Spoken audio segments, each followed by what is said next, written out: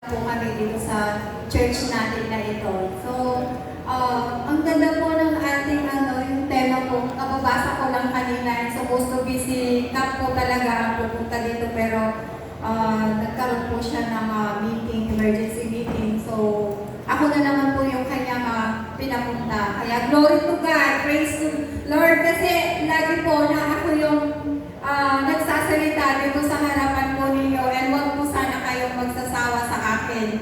Kasi ito po yung nakita ko na napakaganda po ng tema niyo, yung sabi po niya dito, Generations of Faith, a Journey of Grace. So sa 79 year po na itinatag ng ating Panginoon ang church nito, nakita po natin yung foundation ninyo is the Lord our Jesus Christ.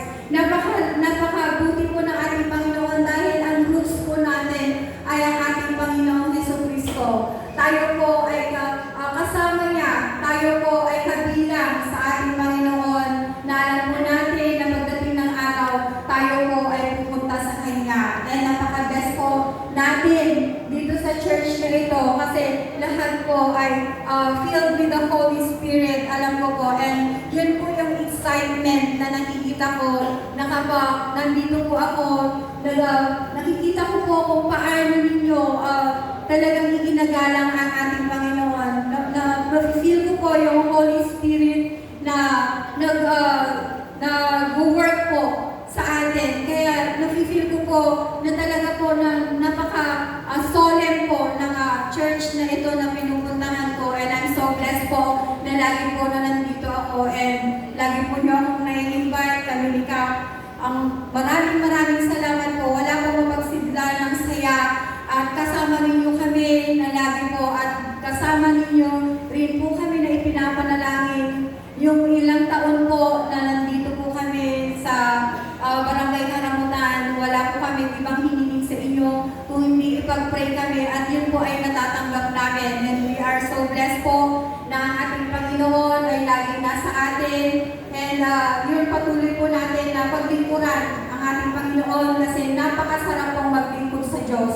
Wala pong ibang makakaramdam ng joy na hindi po natin na-explain. Yung joy na nararamdaman natin kapag ang ating Panginoon ay nasa atin. Ano man po yung mga trials na dumarating sa ating buhay, kung ang foundation po natin ng ating Panginoong Jesucristo, wala pong kahirap-hirap na mararamdaman ng ating pangangatawan na nandito sa lupa. Kaya sa atin po, hindi po ako masyadong magsasalita ng napakatagal dahil alam po natin na ito pong araw na to ay sa ating church.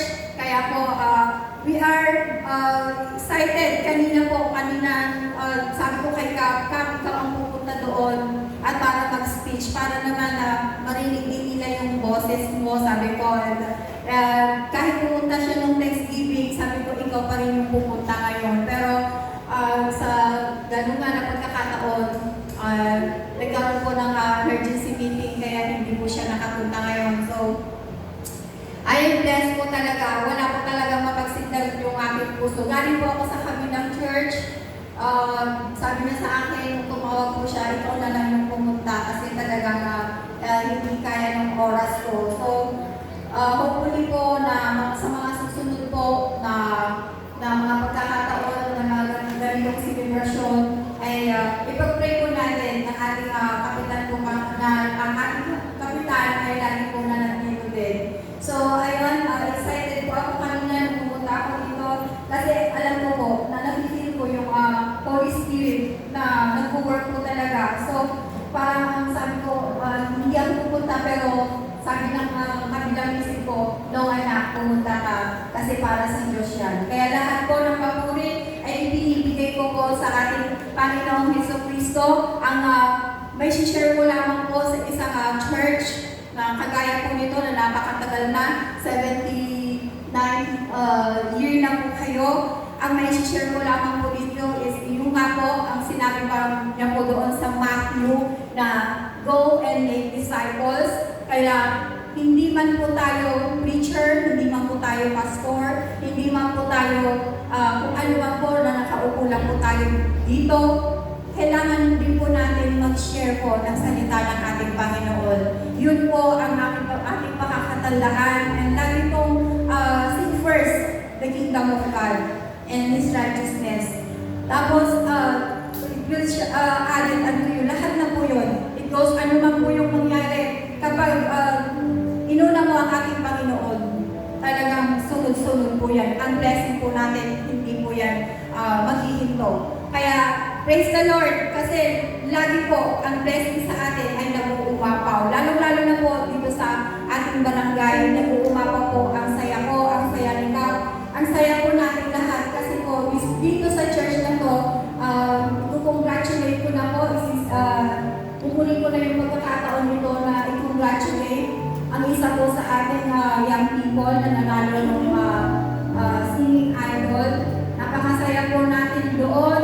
Proud na proud po tayo kasi po ang singing idol po ng champion po natin is nanggaling mismo sa anak ng Diyos. Kaya alam po natin na ito po ay ibinigay ko sa Kanya talaga. Kaya konting palakpak naman po para sa Diyos, para sa instrumento na ginagawa niya na si Isaiah. Proud na proud po kami na dito po nanggaling yung mga talento na ibinigay ng Diyos na na-share po natin sa iba. Kaya praise the Lord sa 79th year po na pagsisilbi sa ating Panginoon is nandito pa rin po tayo na nakatayo at malakas. Yun po, sabi po nga niya, kapag ang Holy Spirit po ang nag-work sa atin, walang sino man pong makakapagpigil ng ating Ama po ay lagi nandyan anumang pagsubok ang dumating sa aming buhay. Yun nga po, kailangan lang po natin never give up. Don't give up, mga ina ko, mga ama ko, mga adi ko. Huwag po tayong mag-give up sa ating pananampalataya. And hindi po natin kailangan na